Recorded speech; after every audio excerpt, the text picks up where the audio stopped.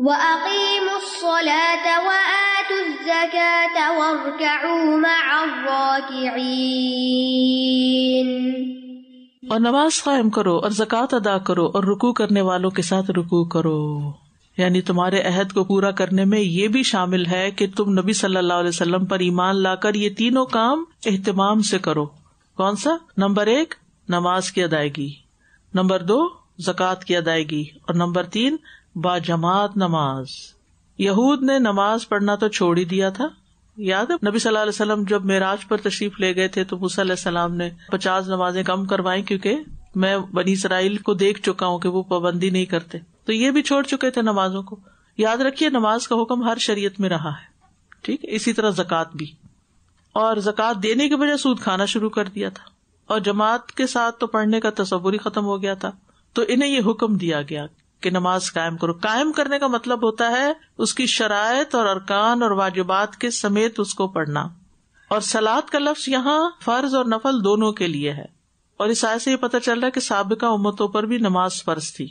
سورۃ الانبیاء میں جہاں انبیاء کا ذکر آتا ہے وہاں ذکر آتا ہے وَجَعَلْنَاهُمْ أَئِمَّةً يَهْدُونَ بِأَمْرِنَا وَأَوْحَيْنَا إِلَيْهِمْ فِعْلَ الْخَيْرَاتِ وَإِقَامَ الصَّلَاةِ، کہ ہم نے ان پیغمبروں کو نماز قائم کرنے کا وَإِيتَاءِ الزَّکَاۃ، زکوٰۃ ادا کرنے کا حکم دیا تھا. بہرحال اصولی طور پر یہ بات سمجھ لیجیے کہ تمام انبیاء کو نماز کا حکم دیا گیا. ابراہیم علیہ السلام نے کیا دعا کی تھی؟ رب اجعلنی مقیم الصلاۃ ومن ذریتی ربنا وتقبل دعا. اسماعیل علیہ السلام اپنے گھر والوں کو نماز کا حکم دیتے تھے. موسیٰ علیہ السلام کی طرف وحی کی گئی کہ تم اپنے گھروں کو قبلہ بنا لو اور نماز قائم کرو. عیسیٰ علیہ السلام کی طرف وحی کی گئی وَأَوْصَانِي بِالصَّلَاةِ وَالزَّکَاةِ، اللہ نے مجھے نماز اور زکوٰۃ کا حکم دیا. بنی اسرائیل سے وعدہ لیا گیا، 83 میں آئے گا انشاءاللہ، وَأَقِیمُوا الصَّلَاةَ وَآتُوا الزَّکَاةَ. یحییٰ علیہ السلام نے بنی اسرائیل کو جمع کر کے ٹیلے پہ کھڑے ہو کر ان کو کیا حکم دیا کہ اللہ نے تمہیں نماز کا حکم دیا ہے، جب تم نماز پڑھو تو ادھر ادھر نہ دیکھو، کیونکہ اللہ اپنا چہرہ نماز پڑھتے ہوئے بندے کے چہرے کی طرف رکھتا ہے جب تک وہ ادھر ادھر نہیں دیکھتا. تو ہمیں بھی یہ پابندی کرنی چاہیے، نماز میں ادھر ادھر نہیں دیکھنا. انبیاء مشکل وقت میں نماز کا سہارا لیا کرتے تھے. جب انہیں کوئی پریشانی آتی تو نماز کی طرف دوڑتے. وآتوا الزکاۃ، اور زکوٰۃ ادا کرو.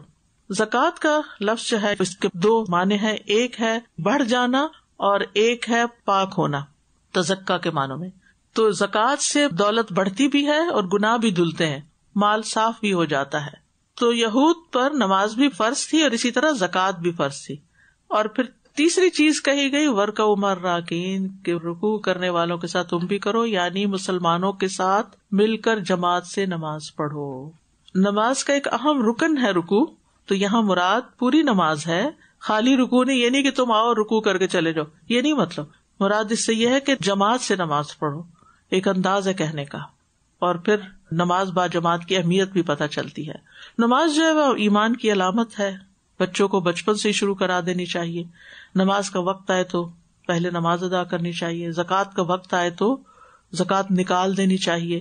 نماز کے فوراً بعد زکوٰۃ کا ذکر آتا ہے جو مالی عبادت ہے، اسلام کی پہچان ہے.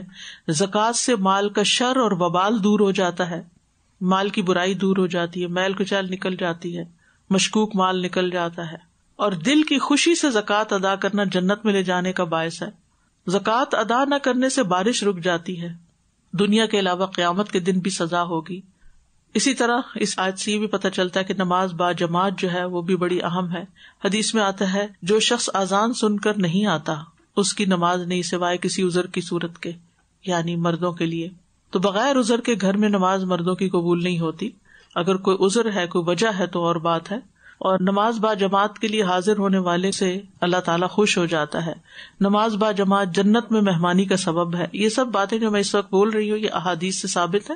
دلائل اس لیے نہیں دے رہی کہ اس وقت آپ کے لیے سننا، لکھنا، پڑھنا، یاد کرنا سب بھاری ہے، صرف خصائص سن لیجیے. قیامت کے دن نماز کا محاسبہ سب سے ہی ہوگا.